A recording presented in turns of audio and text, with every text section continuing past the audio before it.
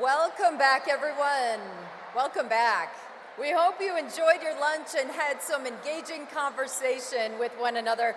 I love just feeling all the energy and the fellowship that we have going on in this room today. And, you know, I wanted to take a moment just to tell you how excited I am to be here today for the Chicago Network's Women in the Forefront Luncheon. I was here last time when Jane Pauley was the special guest, and I was sitting with my friends at CBS, and I was so inspired that day with this group of women. And it was so awesome to see how everybody can make time out of their busy schedules to come together and just be so motivated to engage and have some great conversation.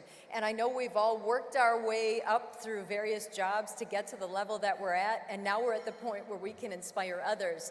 But I wanted to tell you that when I first started growing up in this area, watching WBBM, I never ever thought of meteorology being a job for a female. I grew up watching Tom Skilling, Jim Tillman, Jerry Taft, Steve Baskerville, and didn't think much of it. Fast forward to college, I went to the University of Central Florida, and I was a lifeguard at Disney World, and Hurricane Hugo was about to hit Daytona Beach. At that time, I thought I wanted to be an air traffic controller or a teacher like my parents. I was still deciding because I was a sophomore. And Hurricane Hugo was bearing down, and it seemed like everybody in Florida at the time, you had a lot of local people there, not so many transients like you have today. So people knew how to sandbag their house or how to evacuate. And being a college student, I didn't know what to do. And a good lifeguard friend of mine at Disney grew up in Miami, and he said to me, you know what? Tonight the storm is bearing down. Come with me to CBS in Orlando and spend the night. The American Red Cross needs you. Because he interned in sports at the time, and he said, we're all hands on deck, and they need volunteers to answer the phones because cell phones weren't really a thing, and also the power had gone out over the Virgin Islands, and a lot of people had family there and wanted to know the logistics of the storm. So I agreed with him. I thought, great, I'll get out of my apartment, I'll be with people, there's a generator, there's food, there's some knowledge of what's going on. So I was assigned the weather department, and I was with the Red Cross that night, a volunteer, and I sat at a table with about 18 other people, and we answered phones, old school phones, and viewers had questions about the hurricane, about where it had hit, or certain stats about it. And we would basically rip and read off the Associated Press to give them information that we knew. And if we didn't have the answer, we could turn to the chief meteorologist when they were off the air to ask a specific question and then relay it to the viewer. It was like a light switch flipped for me because I turned to the chief meteorologist, and I'm 18 at the time.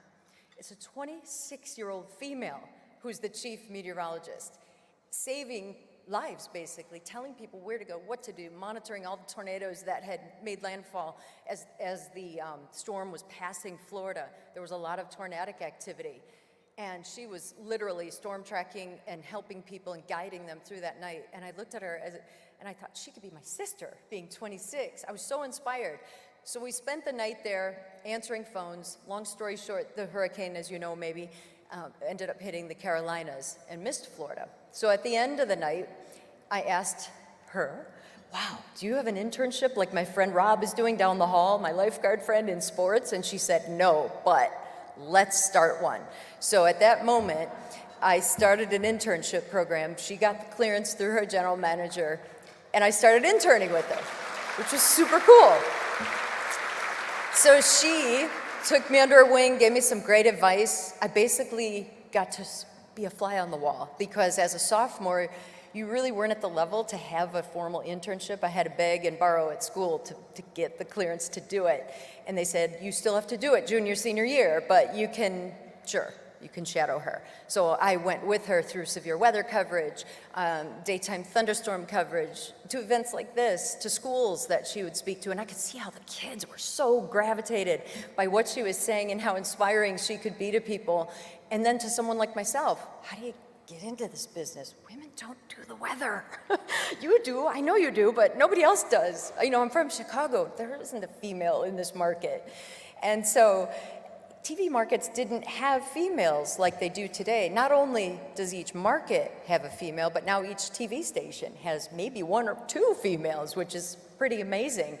So she helped me really kind of guide me into my first job in Savannah. Then I came up here when CLTV News launched, worked there. Then I went back to Tampa, and then I came to Detroit, and then I've been here for 20 years at CBS. So it's been a good run. And I've gone basically from hurricanes to blizzards to hurricanes to blizzards. Always something different, right? So I am so inspired now to see young women get into the field of science and meteorology, but also I try to tell my kids, they're 22 and 24. We raised them in Naperville. Now they're adults living in Miami and Austin, doing their own thing. We have family group texts. We all inspire each other. And my husband and I have always said to the kids, you know, be the light. Just be the light in someone's day. It could be someone so simple, you know, somebody who's your Uber driver or somebody you pass in a mall or at work or somebody at work that not a lot of people talk to, whatever. Just be the light. Not only does that feel good for you, but it feels good especially for that person. Make someone's day is what we've always talked about. And we've talked about it recently because now that they're 22 and 24, they're stepping into their careers and trying to learn their way through.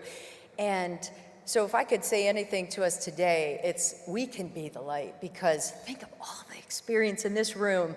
Think of where you started and where you are today and all the contacts you have and all the young people that look up to you. If you could just give them the time of day and be the light, it really feels good. And when it comes full circle, it's amazing, because now when I talk to my mentor who gave me that shot, she's so proud of me and I love talking to her, and now our kids are in their 20s. What happened? So let's be the light and let's enjoy today, because this is going to be amazing. But that's why I'm here today.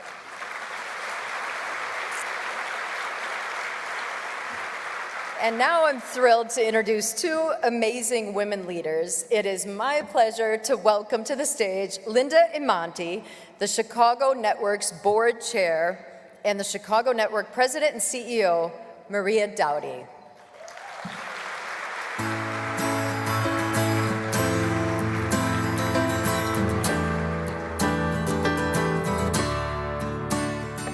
Good afternoon. Welcome to the 35th annual Chicago Network Luncheon. I am Linda Imanti, the chair of the board for Chicago Network. The first thing I'd like to do is thank CBS to Chicago, Mary Kay Kleist, where did she just disappear to? Behind me. For agreeing to be our MC today. We are so delighted to have you. Thank you very much for saying yes. Next, I just want to stop for a minute and look around the room. This is the largest luncheon we've had. You are all here today with us to celebrate the achievements of the Chicago Network in this last year in empowering women to lead. It has been a phenomenal year with if you just look at the people in this room, incredible success. And it's due to all of us in this room and what we do every day to empower women.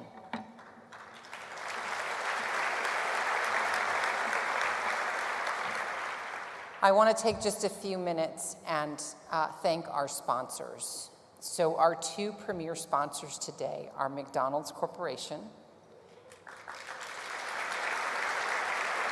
and Discover Financial Services. Let's get a little more noise up front.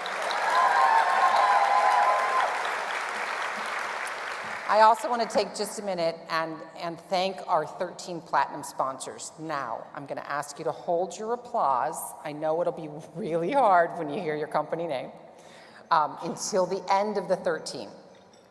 Abbott, Aon, CDW, Deloitte, Elevance Health, Invesco Ltd, Kirkland & Ellis, KPMG, Pritzker Private Capital, the Northridge Group, W.W. Granger, West Monroe, and Women's Leadership Center at Williams Bay.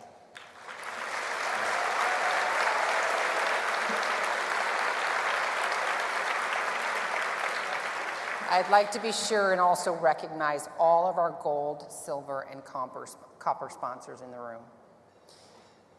We are deeply grateful. We could not achieve success without all of you who sponsor. You have helped us achieve our mission and our vision, which is equity for all women of all colors, at all levels, everywhere. That needs an applause.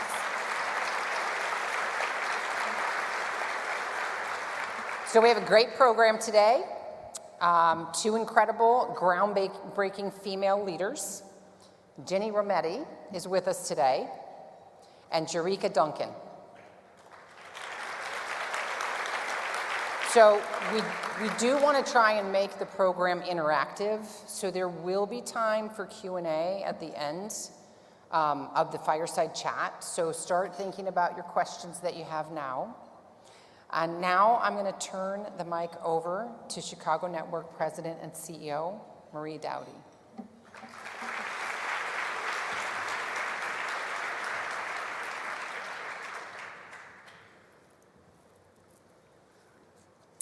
Thank you, Linda.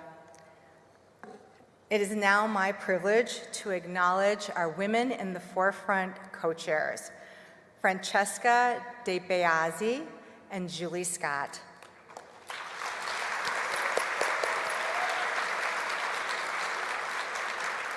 I also want to take the time to acknowledge our small but mighty Women in the Forefront Luncheon Committee, Sue Bettman, Kimberly Cheney, Paulita Pike, Jill Smart, Joyce St. Clair, Karen Teitelbaum, and Yasmin Winkler. Will you please stand to be recognized?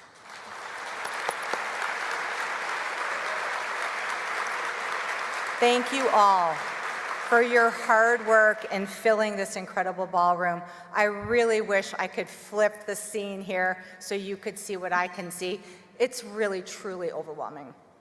And now, will the Chicago Network's Board of Directors please stand and be recognized? You know who you are.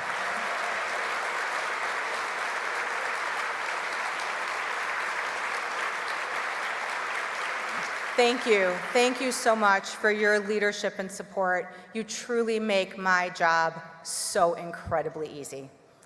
I also wanted to take the time to give a very special thanks to the TCN team. We are also very small but mighty, but Laura Jaffe, Ellen Feinberg, and Nathan Upchurch, who worked tirelessly to make everything today perfect. And also, we have wonderful volunteers who are here with us, so thank you to our event volunteers, as well as our media partners, Univision Chicago, CBS Chicago, and Crane Chicago Business for their AV and media support.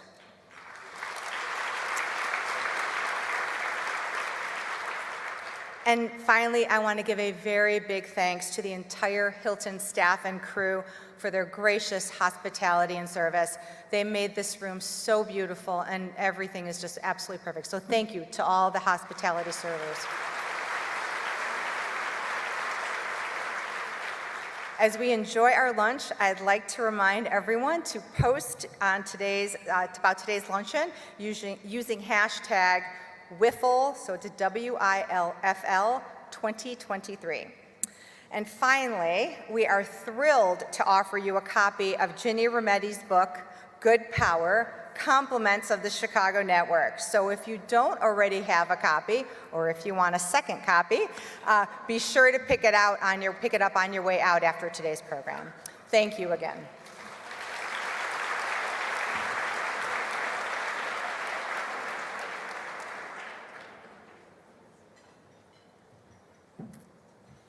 Well, thank you, Linda and Maria. It is now time to start our main event, and it is my privilege to introduce today's speaker, Ginni Rometty. Ginni was the 9th chairman, president, and chief executive officer of IBM.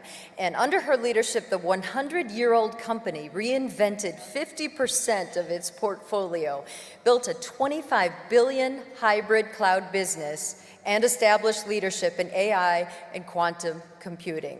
She also drove record results in diversity and inclusion and supported the explosive growth of an innovative high school program to prepare the workforce of the future in over 28 countries.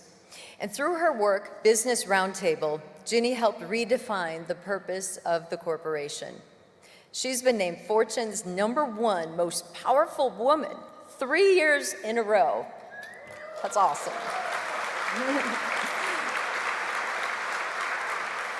Is a member of the National Academy of Engineering and has been honored with the designation of Officer in the French Legion d'Honneur.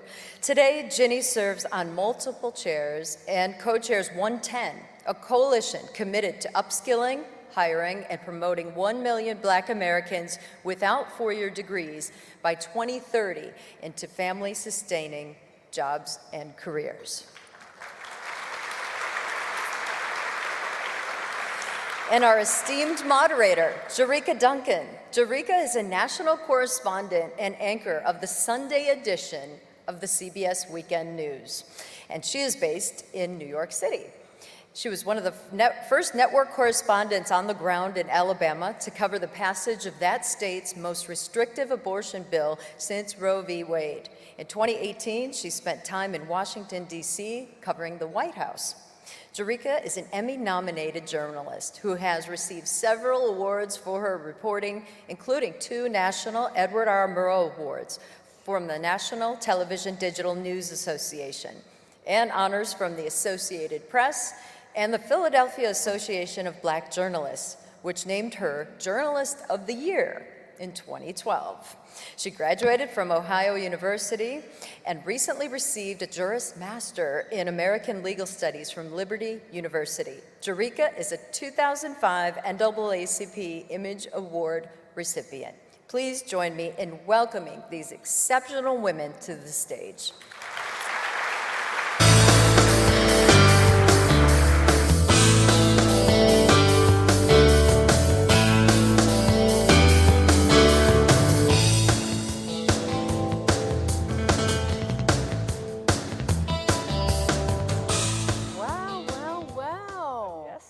Again. We do. So a quick backstory for everybody. I got a chance to meet Ginni back in March because she was a guest on the CBS morning show to promote Good Power, which you all will get a copy of. That's right, woo! Well, I have to say, either they haven't read it or they read it, which is why they were quiet. It's a woo, I promise. I have to say, is it uncomfortable hearing all of those accomplishments? Yeah. Because I don't even have nearly as many, but I'm like, okay. You're pretty good. I think I should be interviewing you. Well, I think that's what's going to happen based off of our little side conversation a little bit. What an amazing crowd. Like, I just want to take it in for a second. All these beautiful people. I got a chance to speak to some of you before this event got started. We really want to inspire you, but I think Mary Kate got us beat already. That was a very inspiring story about how she got started. But anyway, before we get into your background and your story, I want you to talk about the book, Good Power, where the name comes from, and what does that actually mean? Okay, so, well, first, can I also just say a welcome to everyone, and those that, if I obviously haven't met everyone, but Chicago is my hometown, so this is a very nice thing for me. And Jericka and I, when we were talking, she said, you know, we don't have to, I told her, feel free, we can kind of move around our discussion. Right. And I said, I feel like this is a very safe audience. So I'm hoping, okay, because I don't know exactly what you do. So we're both hoping. So first, just thank you guys for taking so much time to come to an event like this. By the time you travel here, it's a couple hours of your day, and that is really worth a lot. So thank you for it, and I hope together we'll give you something of value for this visit. And so what you've been dying to know is the definition of good power, I'm sure. What a way to start. But I think it's more interesting for me just to say one moment on why I wrote a book, and it'll get to the title. Right. Because I honestly never intended to write a book. And you're probably, when I say that, I'm also quite aware that any author anyone talks to always says, oh, I was never going to write a book, you know? And people are like, yeah, sure. And because I would make fun of people that wrote it, my predecessors that wrote them. I would say, you know, if I ever wrote one, it would be a pamphlet. I mean, I got nothing else to say. And here I am with a book, okay? So it came about in a kind of funny way. As I was retiring, people said, like listening to Mary Kay's story and your story, they said, you know, you've had this interesting journey and really interesting, having been abandoned as a child to then end up where you ended up, and then this front row seat to history of technology. But I was still not convinced. I'm like, yeah, so. But the more I start to think about it, it's that old saying, you can't be what you cannot see. Mm-hmm. And I started to think about my life and how many things I had learned, married up with, I think, the moment of time we're in right now, which is a world that is so polarized. There's big problems to be solved, and I think they're solvable. But I do think that there's a way to solve them that is not what I think we all see around us. So good power ends up being like my lessons learned, and some of them are pretty hard learned, about how to do hard things, but to do them in a positive way. Right. And that if I could convince you that how you do what you do could be just as important as what you do, and that over time your power actually grows, and that I think people think they don't have power when I actually believe every one of us does have power. So that's how we backed into good power. Jericka, I did not like oh, my whole life I've What was good the power. other title you were thinking of? Yeah, so it had an alternate title that I couldn't convince the publisher about. I didn't try that hard, but it was one of my favorite sayings, which is growth and comfort never coexist. So that was the runner-up. But we'll come back to that story maybe. So, I mean, and I feel like power does have such a negative connotation, which is why you're, in this book, you almost are clear about why it's good, because you're thinking about someone other than yourself. Yes. And as women in this room who I'm sure are leading in some way, shape, or form, whether it's at home, whether it's in your job, I think everybody is here because they want to know how they can do better. But I really feel like so much of your story starts with how you started out. And if you could briefly, without, it's hard not to give it all away, but that beginning really sucks you in. And I think that's what would connect a lot of people to believing that they have the power within because of how you got started. Yeah, so it's germane to this group particularly. I was raised by really strong women. My great-grandma was the last person alive of her family from Belarus and came here in the World War, and she cleaned bathrooms at the Wrigley Building her entire life at nighttime and never spoke English. And ironically, she took every dollar she made and put it in U.S. savings bonds. And this would one day save us from not ever having a car. Then, and widowed in her 20s. My grandma would be twice widowed, and she would have a lamp store on Belmont Avenue, hand-making lampshades. And what I took away from both of them is that, look, no matter how bad it gets, because they both had horrible tragedies, hard work makes it better. And I know that's a little bit out of fashion right now, but that's what I learned. And I'm sensitive to who I talk to on that topic. And so that was one. But I think what Jericka's really referring to was my mom. And I start the book there. People find it odd because the book turns out, not that I said it this way, it turns out to be a memoir with purpose, is how I would describe it. And when I was 16 years old, my dad, I walked into we were in Glen Ellen. I walked into the garage and I heard my father say to my mom, look, I don't love you anymore. I don't care what happens to you. In fact, I actually don't care what happens to any of you. He said to my mom, you can go work on the street for all I care. And I watched him turn around and walk out. And that would be it. And so my mom, I watched her, and she had never worked a day. She was only 34 years old with 4 children. She had never worked outside the home. She only had a high school degree. We had no money, soon no home, no food. And I think my mother was just like any mother, was just trying to keep us in school, keep us fed. Right. And she went back to school and got like a little bit of education, could get an hourly job, a little bit more, a little better hourly job. Eventually would retire from running administration for the sleep clinic at Rush Presbyterian. But what I always say, and I think this is what you mean by what grips, because it's probably the most fundamental thing I learned, which was, my mom never said it, but she taught us all, never let someone define who you are. Like, my dad would not define her as a victim. And I say that when my mother had nothing, she had power. She had power when she had nothing else, and that was to change our situation, as hard as it was and little by little that it was. And so I would take that away. And that to me, I think it's interesting if any of us, you should not, don't wait till you retire, you know, think back on your early life. Like when you think of your childhood, Right. what sticks the most in your mind? Because I think it's really, it says a lot about who you become now. So I'm curious. So I would say, this is, see, you slick over there. You're I trying to make see. this about me. It's not what we're here for. No, it's okay. You learn something after 40 years, especially with the media. I moved around a lot. My father's a sportscaster, so we moved from city to city the first 12 years of my life. So for me, it's moving and transitioning and having to figure out, you know, new friends, new school, a new community. So that's what sticks out to me, and I think about how that works in the job that I chose as a journalist. You know, I found myself doing that exact same thing. In the beginning, it was like after I graduated from college, I went to Elmira, New York. Anybody in Elmira? No? Crickets? Yes? Okay. I think you're being polite. I know. Buffalo, New York. Closer.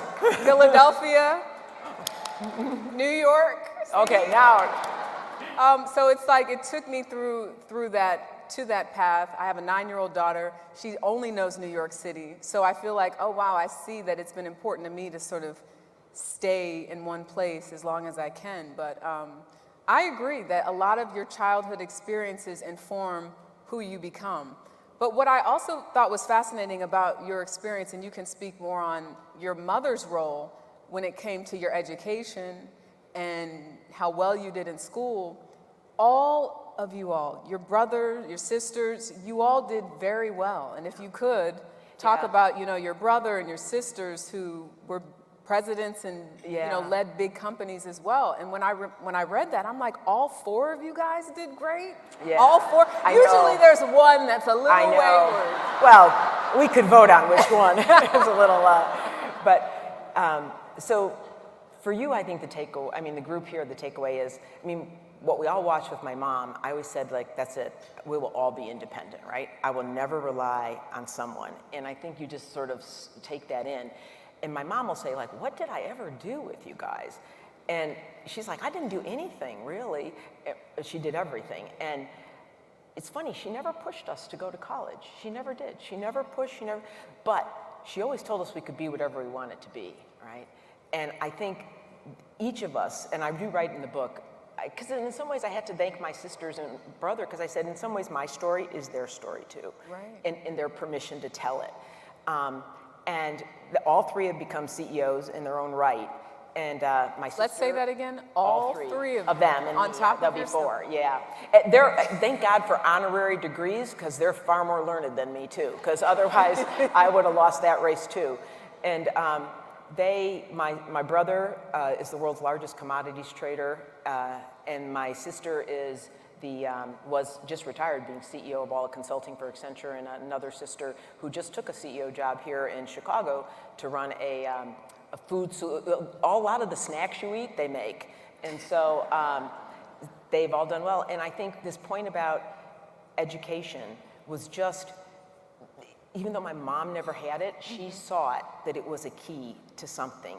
And you know, this is another fundamental thing I will have taken away, and it'll again, when you look back on your life, it completely informs what I do today, is that my mom was actually kind of smart, but she had no access. So I say what firmly what in my head was, aptitude and access are not equal. God spreads brains pretty evenly. Opportunity, not so much. And that thought will form such a bedrock for all of us as life goes on, that, and you say, how did I get where I got? For all of you that run companies, I mean, you know, I say I was really blessed. Like, I could never have afforded. I went to Northwestern. General Motors gave me a scholarship. Why?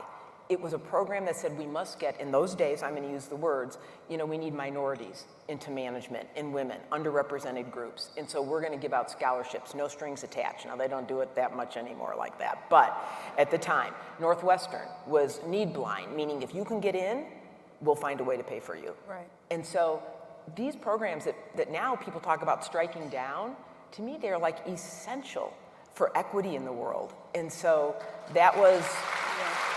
I'm a strong believer of that, right? There's that old, it was like a New Yorker commercial or a cartoon, and it shows 3 children of different heights, and they want to look over a fence. Have you ever seen that one? And it says, do you think anything's wrong with this picture? So the shortest child gets a big block to stand on, and the next child gets a little less block, and the tall one's like barely on anything, but all their eyes then are equal over the fence. And they're like, you probably don't think anything wrong with this picture, right? Because you want each kid to be able to see. And they got different size blocks. That's kind of how I feel about equity, that all we're doing is giving everybody that ability to see at the same height, and we each might need something different to let that happen. And I would almost say, too, in your story, it feels like you helped to set that bar. You're helping to show up for your siblings in terms of this is possible. Yeah, they will tell you that. Yeah. And there's a story that you tell in this book about being in Australia, I believe, and a man coming up to you and expressing how grateful he was because he wishes his daughter could have been there. And at that moment, you didn't even think about the fact that this person is seeing me through the lens of like, oh, that's right, I'm a woman and I'm a leader and I represent something.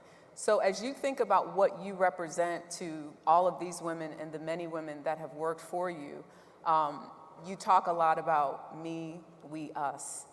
Why is it so important to make sure that we are aware of those things that make us unique, that can help to sort of pull somebody else up who may not have that block, that opportunity that you talk about? Yeah, there are lots of answers to that question, Jericka, in that, first off, in my days, and when I was an engineer at Northwestern and then went on to work, or even at Northwestern, I was the only woman in many of those classes in engineering. And it had that impact on me at the time that I was like, okay, if I raise my hand, they're going to remember what I say, so I better really have studied hard. Right. And so it would begin this compulsion I would have of studying all in preparation. We were both comparing notes, like I'm an obsessive preparer. It's horrible. And you too. Right. And so, but what would start out as kind of a shield for myself, that knowledge, over time it would become a confidence builder because you'd always be the most prepared person in a room and you'd be surprised how many people aren't prepared.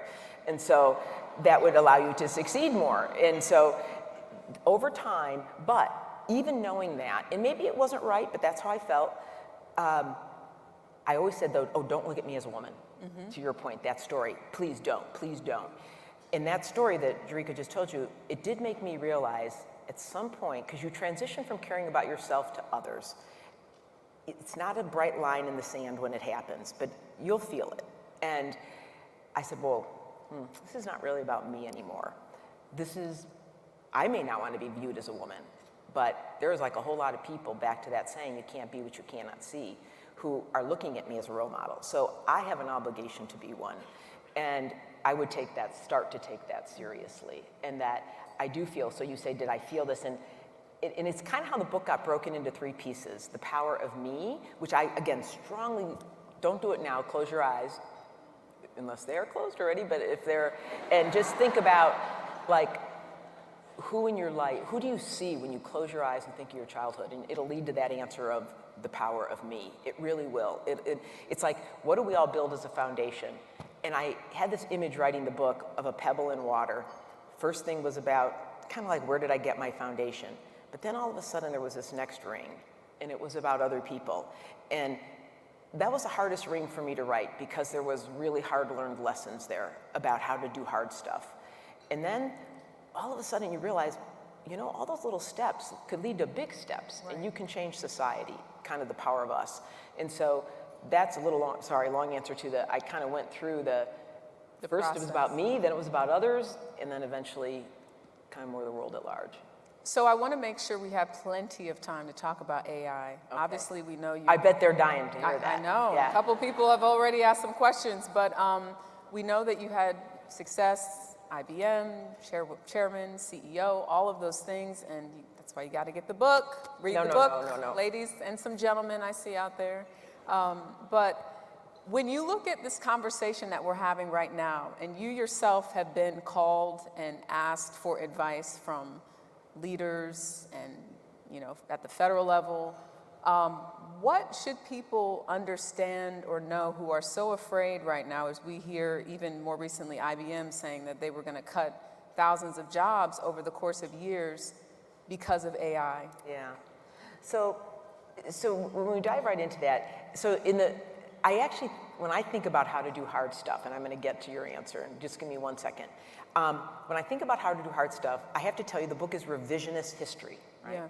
Meaning that I didn't in the middle of it go, oh, I am here doing this, and I know how to lead great. No. I mean, when I came into these leadership roles, they were really tough. And when I took over IBM, it was a period of time where IBM had done fabulously and then was not prepared for the future. Right. And so it would be the most tumultuous period of its 100-year existence, maybe second most.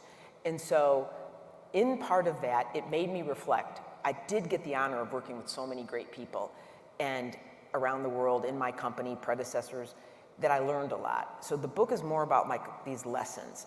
And I only say that because there were 5 of them. One of them is this topic.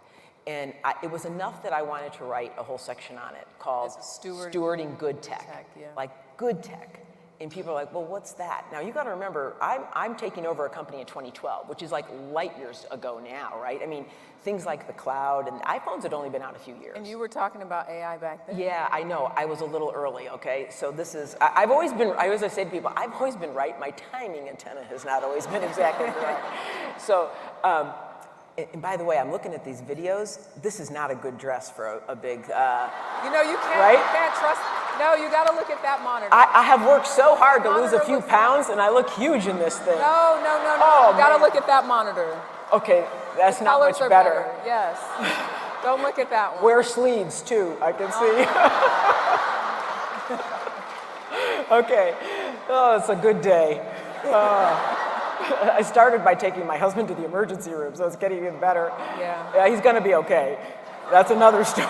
That's the good news, not the bad news. I know, it's funny. I was wondering, should we mention that? That's Like, okay. This is how Those who dedicated know my husband, this woman is. This is how dedicated yeah, no. she is. I did take him there, so you don't think I'm heartless. I took him, I got the head of the ER, I'm like, okay, now you think I'm mean, I am going to leave now. I'll be back. My husband will tell everyone about how she wasn't there for this and that. But you know what, So, that's such a testament to who you are, because you have such a positive, I mean, Mary Kay said light. Yeah. I feel like you guys can see that you have such a positive outlook, and it's a positive book about how despite all of the things that you've had to overcome, you're still like, life is good. Yeah. Everything's gonna be fine. Listen, I have to say that before I go back to AI. Ladies, I really do believe this. Every one of us have had some adversity in our life. Absolutely. And men, sorry, the couple of you out there. And so, and someone, do you know Brene Brown? She writes all these leadership books. Yes, absolutely. I got like she and I ended up in the same place not long ago, and we're talking, and I said, do you think people have to have suffered tragedy to lead? And she said, no, but I think they have to have learned from adversity to really be able to have resilience. And I think it's true, and the only reason I tell you that is I guarantee every one of you have had something in your life. And for me, it was when my dad did this. And in my mind, it set a bar for bad, and I thought, look, after that, nothing else is bad. I mean, as long as you have your family, your health, that's it. The rest of this, tomorrow will always be a better day. Right. And that is how I led. And I write a whole piece on attitude about tomorrow can always be a way forward. There is always a way forward. I think Gail Boudreau and I were just together. She said, like, there is always another play to make. Yeah. And there always is. And so let me just say that, and I'll go back to AI, all right? Yes, so, yes. And I won't look at myself in that picture back there. Oh my God. I have learned, I have said to my husband at times, can you just pull my skin in that picture? If you're going to put your arm around me, do something useful with it. So, and it does work for a photo. Anyways, so AI, in seriousness. They haven't figured out that know. yet. AI hasn't figured that out yet. No, it won't. So how many of you have tried Chat GPT? Okay, maybe half the group, right? I suggest everyone, do not be afraid to go do this.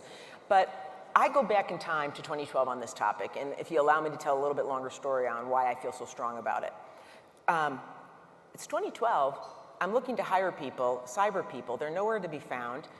Unemployment's almost 10% in this country. And I'm like, that's interesting, right? And I felt, even then I started writing this, that there's the beginnings of good tech, bad tech happening out there. And that two sides of our country are really, hey, Silicon Valley, New York, this is great. And the entire middle of this country feels left behind. Not good jobs, nothing's happening. And there's a few people making a lot of money, not many people. And I said, this, if you're in tech, this isn't gonna be good in the long run, right. What's happening here. And so it led me down this thing of trying to say, look, I think we gotta be a role model for good tech. And good tech meant three things. Trust. You gotta build trust in technology. And that means you gotta manage the upside and the downside at the same time.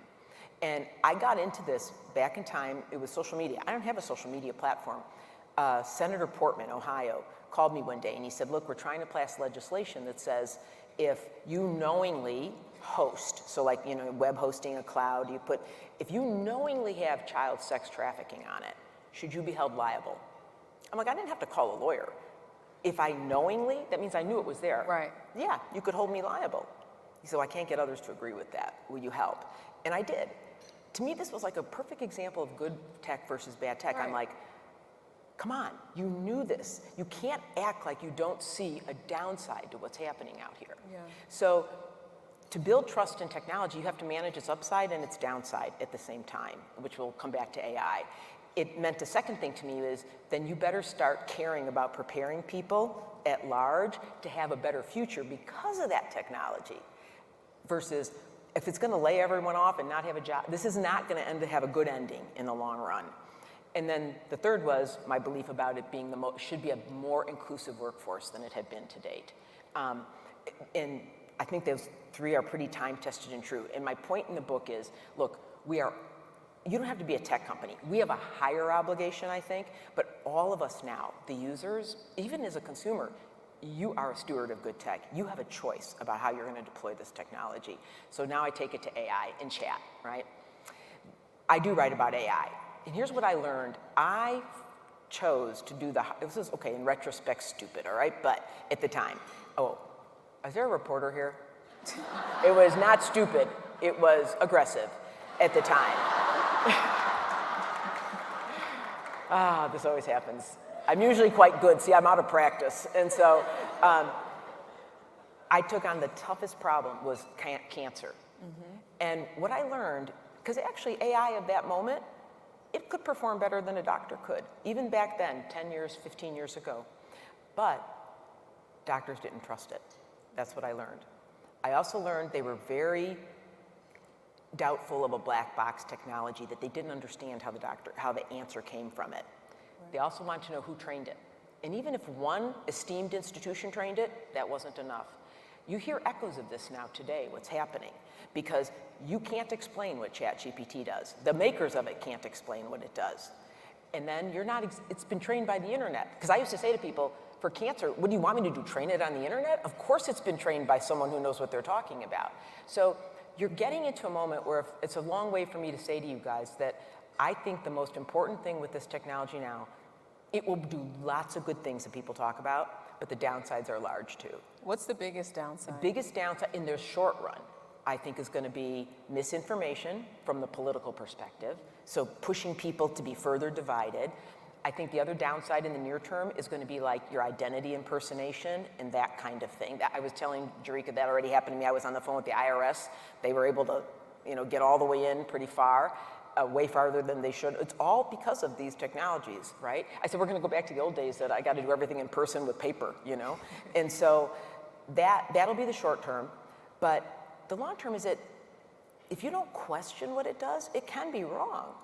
And so that isn't good. And you won't care if it gives you the wrong movies or maybe the wrong directions, but you will care if it discriminates you on a home mortgage, if it discriminates for a loan, if it's biased, if it gives you the wrong medical information and you followed it. You will care. So my big thing is anybody implementing it, just please recognize your job is to roll it out with trust. You can do it by how you train it, how you keep checking it. You can do it by the problems you choose to use it on. I was at a call with the White House 2 days ago, giving my advice about, regulations will be years till they catch up. So forget that. That's a fool's errand.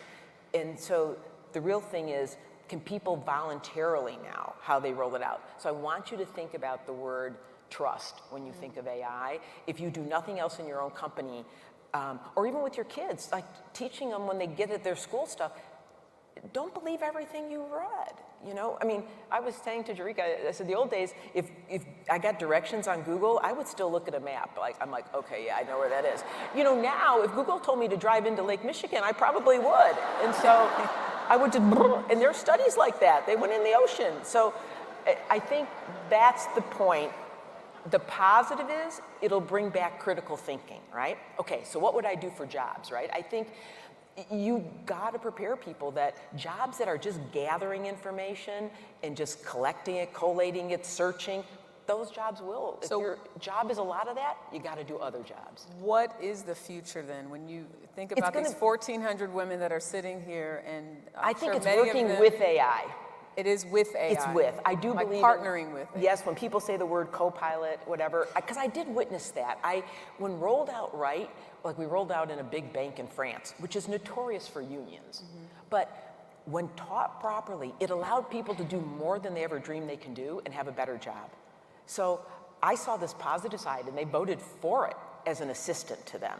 And so we've got to have it be augmenting what we do, right? And I believe we can control that. So we probably talk too much about AI, but that's, well, no, you maybe disagree or agree? No, I just don't know. Because you're thinking a lot. Absolutely, and I, as I shared with you, I wonder when we can show how we can put people in places, use their voice, and that's not what they said or did.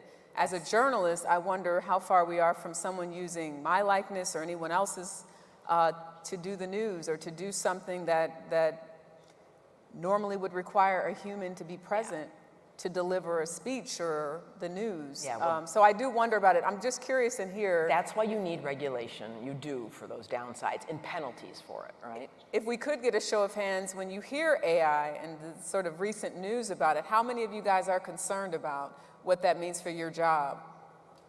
Well, once you said your job, all the hands Yeah, went okay. down. Okay, What that means in general, for the future. to employment. Are there concerns about it? Okay. Yeah, there's quite a few people that raise their hand about that. Well, same people say you think it's going to be, how about you think there's going to be good stuff? Okay, so you're like a 50-50, and that's about what I think the reality of the situation is. But here's my hopeful thing, okay? History shows in time, when these radical technologies happen, so when we came out of the farms and the industrial, that the social systems will catch up to them. But there is this dislocation period, right? And we're gonna live in that dislocation period.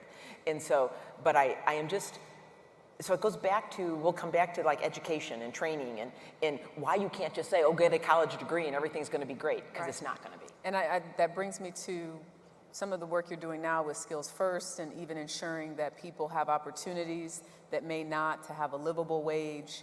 You talk about in the book George Floyd and getting on the phone with allies and people to figure out what more can I do. Yeah. Can you express how that defining moment was an awakening, as you refer to it in the book, and how that has helped sort of your way of thinking about how you can be of service to a population of people statistically have not been able to get ahead in the same ways as everybody else. Yeah, because, you know, this is back to now, so if I could speak to you even as people who hire people or manage people or, you know, develop people or even just your own families, that the power of me, I want you to remember what I said about my mom. I learned access and aptitude, two different things. When I mentioned to you about when I would become CEO and I would go look for cyber people and couldn't find them, this would be sheer serendipity. I would walk into another meeting the next day, and it was a corporate social responsibility program. And they said, hey, we're in this really poor neighborhood in Brooklyn, and there's a high school. And we would like to give them a little help with curriculum, mentors. They're gonna work with a community college. They can get a high school and an associate degree at the same time. And we told them we'd give them a job if we had some openings. Okay, so school, fine, sounds good. Well, I said, oh, maybe cyber, since we got all this issue here. Okay. I get some report, hey, they're doing fantastic. These people, great kids, doing well. I go back a year later, it is a year, and I say, hey, well, how many did we hire? And I get one of these, I'm like, what? They're like, 5. I'm like, you gotta be kidding me, 5. You told me they were doing so great, I need thousands. Right. They said, oh, no, 100% of who we hire is a college degree or PhD. I said, but they could do the job. And in fact, actually, some of them already got their associate degrees. I'll tell you the stats in a second. It goes on. I said, no, that can't be right. And it would crystallize for me that where each of us starts should not determine where we end. We do not all have the same start. I mean, I can't tell you how strongly okay, I got accused of dumbing down the workforce at first. People said, oh, you let these people, this is your dumbing it down. And so all engineers, so I said, fine, let's start gathering our data. So years would go by. We found out they performed just as well as my degreed population, more retentive, more loyal. Guess what? 74% went on and got their degrees, just didn't have access before. First PhDs coming through. I would become like crazy about this topic and an advocate in every country in the world. I got these going in 30 countries around the world, 150,000 kids coming through. But that's a drop in the bucket for the problem, which is going to get to why Jericka asked me this, because even at 150,000, I authentically believe a diverse workforce is a better workforce. And in America, I've asked the question, I said, how many people don't have a college degree?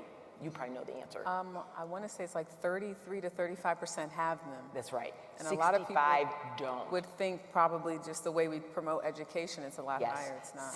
And it's true in all developed countries. 65% don't. Black Americans, 80. Okay, which we'll fast forward then to, but here I've been taught, I believe an inclusive workforce is not altruistic. It is a better workforce. It makes better products. So you got to believe that to believe any of what I write, right? But, and then I'll get to George. Well, I was going to say, because you knew that, but it was interesting to hear you say, but something was different about 2020. It was. So what happened in 2020? So I think what happened in 2020 when we all witnessed the murder of George Floyd, one of my good friends is a man named Ken Frazier, who just retired from running Merck, the drug company, and Ken Chenault ran American Express, the two most senior black business leaders in the country. And Ken would say, what was different is we all experienced that on television, right? Here it's COVID, we're all locked down, so we all witnessed something at the same time, which I think brought systemic racism to a different level, that you could really feel and touch. And there was a lot of talking about what to do, and they said, and I think rightly so, they said, what, business should do what business can do. We hire people. And I believe that economic opportunity is the best equalizer for systemic racism. When you can make money, sustain a family, let me tell you, the future looks a lot different for all of us, right? All of us. And so these guys had a great vision, and it just was one of those moments, and this is how life is. I said, they are the vision, but I am their plumber. They don't know how to do it. And all these years of working on hiring for skills, not just a degree, it clicked in my mind that if we could create a movement in the country, in the world, to get companies, because what I would find at IBM, 50% of my jobs were over-credentialed. Took me 5 years to change it, but we went to only 50% of our jobs now require a college degree to get hired. And by the way, we're doing better, so I don't really think it dumbed down the workforce. Yeah. But it would be true of all my colleagues. So 100 big companies have joined this coalition that we formed, which Jericka mentioned. So that moment, I felt the best thing we can all do, if you believe in inclusion, is hit the systemic barriers, because we happen to start with the black population, but it's true with any underprivileged group, right? That they have the same barriers. And you'll notice when underprivileged all groups boats lift. get helped, exactly. That's why I get so angry when people say to me, shouldn't you be focused on your shareholder? I'm like, what part of I need a good workforce of course that has to do with my shareholder. And it isn't, people say, well, how can you help one group? These barriers apply to everybody that's out there. If I asked you, would you like to be promoted for your skill or just your degree? What would you say? Skill. So to me, it's a culture of a company, right? So I was so pleased. I mean, people like Ed Bastian at Delta removed it from pilots. Yep. Now, it doesn't mean you get a pilot that doesn't know how to fly, right? That's not it. 1,000 diverse applications the day he took that off. That you could learn another way. It's so obvious to me that this is the heart of democracy. This is how you fix democracy. Everybody looks and says, which gets to AI, everybody looks and says, hey, I got a starting point and I can see a better future. If we felt that way, like there's a whole different world out there. So that's the power of us that I try to convince you. Like it's just little steps you take on top of each other and all of a sudden you look back. How are you all doing right now with that initiative, 2030, 1 million? 1 million black employees without four-year degrees by 2030. We're starting year 3, and we've done about 120,000. All right. So we have a lot more to do. And thank you to those of you part of it. Yeah. So I want to open this up to some questions and answers if we could. There's a microphone right in the middle here. And I believe there's... Feel free to ask something you think would make this more interesting. Or Jericka, she's Well, okay, so when you were on CBS, I asked you with all of your know-how and all of the countries you visited and all of the presidents, would you consider running for office? And my answer? No. No. And it hasn't changed as far as we can tell, because as you said, you feel like your power comes more from doing the work, hands-on. You don't necessarily need to be affiliated with a government entity. You know what? I really, truly believe in, I said this in my time at IBM, I focused on policy, not politics. And if you focus on policy, right, you can, they were recently asking me to do something, and I'm like, I'm too busy. I said, the White House, and I said, can't you find someone else? And they said, well, you're the only one acceptable to both sides. And I said, well, now that's interesting. I mean, but that's because I feel like if you focus on policy, just policy, you can get along. Well, and it gets back to some of the other points of the book about, you know, and it makes sense. Listening to people with like both sides. Typically, one of the big themes of the book, and we'll go to questions, is about how to love conflict, and run towards it. I had to learn that, and this is why you can solve problems. If you can learn to love it, which you can, and the thing you have to believe because it's true, if you can learn to love conflict and approach it by actually first not trying to win your case, listen to the other case really hard about what's valid about it, I guarantee you'll end up in a better place. Guarantee it. So do we have any questions? No. No? No, come on. Wait, someone, no? Anything. Oh, we got a question, there we go. Something about my husband, he's not here, I can say anything. As this Go woman ahead. makes her way to the microphone. He was gonna come. Okay, wait. All right, here we go. I actually do quite a bit of work with community colleges. And how do you see them supporting your initiative for education and workforce access? Yeah, I think they're one of the most underutilized assets our country has. Because there's a good, 1,200 of them in the country.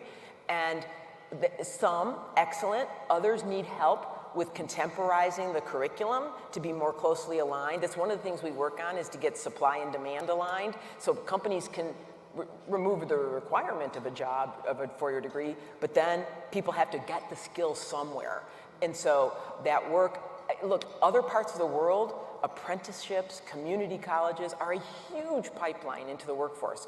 Somewhere, I mean, in America, it happened like with the GI Bill post the war, college or bust. And I'm vice chair at Northwestern, okay? So it's not like I don't believe in a college degree, it's back to where you start, that's all. So I think they're a big underutilized asset. Go ahead. So Ginni, I have to be honest. I bought your book only because I knew you were gonna be here. And now you want a refund. No. No. When I bought it and I clicked buy on Amazon, I thought just what we needed, another book on leadership. Great. Just what she needed. Oh. But in the end, it was so inspirational, and it's not the leadership lessons, but your life lessons were just unbelievable. So my question is, you said twice today that you are doing what you are doing right now because if you don't see it, you cannot be it. But you didn't see it. So you were the first one in your family to graduate. You were the first one to move out, start a career, get a college degree, start working in a male environment. You became CEO of one of the most powerful organizations. You didn't see it, and yet you did it. So how did you do that? And what's the lesson that you would give to anyone here who doesn't see it but wanna be it? That's a great question. That's a great question. Thank you. You got 2 minutes. All right. This is my problem, right? I know. It's not a problem at all. If I could convince that other title of the book, right? That's how I think I was able to keep going and take on more and more risk. If I could convince you, I said, one point I got offered a big job, and I didn't think I was ready. And I've told this story that I said to the person, no, I'm not ready, please, 2 more years till I'm ready for this job. He told me to go to the interview. I went, get offered the job. I say to him, I can't answer. I want to go home and talk to my husband. He looked at me weirdly, and he said, okay. I went home, blah, blah, blah, I'm doing this, and my husband's like, do you think a man would have answered the offer that way? I said, no. And he said, this isn't a point about gender. I've watched this. Every time you think you're not confident, everything you can't do, and then 6 months later you can do it and you're ready for the next thing. And in that moment it crystallized for me that growth and comfort never coexist. And I would begin to associate risk with learning and goodness instead of risk with fear. Right. And that is the answer to that question. If you can begin to train yourself that if I feel horrible and scared, this is good, because it's just a matter of time till I feel good again. And I would, and I would get bigger, and some get reckless. I mean, you would be like, yes, I'm learning. That to me is the answer to that question. Well, from all of us, I just want to say thank you. Thank you so much for spending time with us today to talk about how you got started, what it was like as in that prominent position, the work that you're doing after the fact. And I think a lot of people will be served well by reading the book, Good Power, Leading Positive Change in Our Lives, Work, and World. And look, I want to both apologize to Jericka, because she was so well prepared, and I really didn't let her talk very much. Oh my gosh. And I want you to know how prepared she was, to be so professional and gracious, because she's got as much to teach you as I do, and I didn't do a very good job of pulling that out of her. So I want you to know that I know that, and I want you to have the closing word. If you could give one piece of advice to all the See how she people did here. that? No, That I'm was good. serious. That was I'm good. serious. I want you to, because what you have achieved in that industry, which I think, we were talking about, you really, at your soul, believe in those days of good, honest, straight news. But you feel the impact of the commercialization and the, as I say, those headlines that are clickbait that people want to push. So you've had to live through that, right? Yet at your soul, be true to what you believe. Don't try to get me to lose my job now. No. I know better. So I want you to tell, of all that, what you have learned. What would you say to people about risk taking, and what would you say about, if they wanted to remember like kind of one ethos, what would you want to share? I would say believe in yourself. I know it's simple. We've run out of time. No, there's time. Nobody's getting up. No, but honestly, I would say all of the things that you're talking about, the feelings in the beginning, it's normal. I think an event like this where people can come together and hear from folks, and whether it's stories of being an intern as a meteorologist, knowing how hard people work with small groups to bring this event together every year for 35 years, by the way. Again, another round of applause to the Chicago. Oh, see, now she's... No, seriously. Because I meant to thank them much earlier, Maria and Linda, my bosses back there in Chicago, the Chicago CBS station, for inviting me. But really, I think it is truly believing in yourself, but it takes time. And there's nothing you can do to rush that. So that's all I'm going to say. That's a good way to end. Good way to end. And pray. Thank you. Thank you so much, Ginny and Jericka. What a beautiful conversation, so inspiring for all of us today. And before you go, to add to the sunshine outside, go around your table, and whoever's birthday is closest to June 8th gets to take the beautiful flowers out in the sunshine. Oh, that's cute. Thank you. Enjoy your day. Like a wedding Be the shower. light.